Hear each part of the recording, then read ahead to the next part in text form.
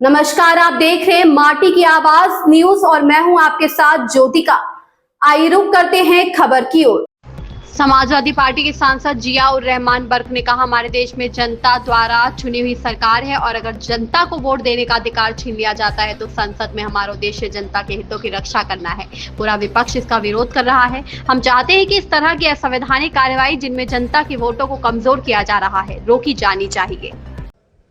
Election commission का ये पूरी तरह से प्रोरोगेटिव है, लेकिन आप लोग ये कह रहे हैं कि सरकार इस पर जवाब दे, क्या कहेंगे? देखिए, क्योंकि हमारे आज़ाद देश के अंदर, मुल्क के अंदर जो एक जनता की सरकार, जनता के द्वारा चुनी गई सरकार है, अगर उसको इस प्रकार से अगर रौंदा जाएगा और लोगों के वोटों के अधिकारों को छीना जाएगा, तो हम यहाँ अगर पहुंचे हैं संसद के अंदर तो हमारा मकसद है कि उनके हितों की रक्षा कर सकें, उनकी आवाज़ को बुलंद कर सकें। इसी के तहत हम पूरा विपक्ष उसके खिलाफ धरना प्रदर्शन कर रहा है और हम चाहते हैं कि इस प्रकार की असंवैधानिक जो कार्रवाई की जा रही हैं, जो लोगों के वोटों को काटा जा रहा है, वो रुकना चाहिए, खत्म होना चाहिए। नहीं तो एक तरह से फिर क्या लोग कहाँ, अगर जो वोटों का अधिकार है उनको छीन लोगे तो कहाँ जनता की सरकार रह जाएगी।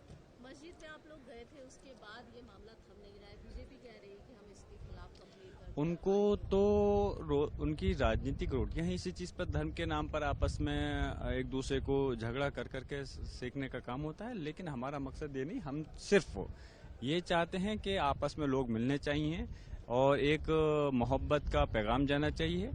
वहाँ पर जिस प्रकार से दुष्प्रचार किया गया कि राजनीतिक बैठक की गई, हम अच्छी तरह से वाकिफ हैं। जहाँ हम राजनीति के वहाँ हम धर्म की भी नॉलेज रखते हैं। तो और अगर धार्मिक बैठक होती तो हम लोग वहाँ कैसे मौजूद हो सकते थे?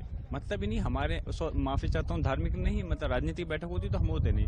हमारी जो वहाँ बैठक हुई थी, बैठक नहीं हुई, सिर्फ वहाँ पर विजिट के लिए गए थे। वहाँ पर वो जगह सिर्फ नमाज इबादत के लिए और धार्मिक बैठक के लिए मस्जिद।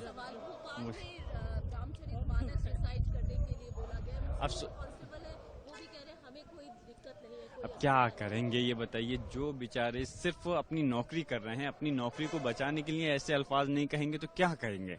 मजबूरी है, वो उनको आदेश मानना है, आदेश का पालन कर रहे हैं। कौन आवाज उठा सकता है? जब इस देश के अंदर सांसद ही अपनी आवाज नहीं उठा सकते और आवाज उठा रहे हैं तो उनको इस प्रकार से घेराबंदी करके झूठे मुकदमों फंसाया जाता है, तो एक आप सिपाही की से बेचारे से क्या उम्मीद कर सकते हैं? वो क्या कैसे आवाज उठा पाएगा गलत चीज के खिलाफ में? इस खबर में बस इतना ही। बने रहिए माटी की आवाज न्यूज के साथ।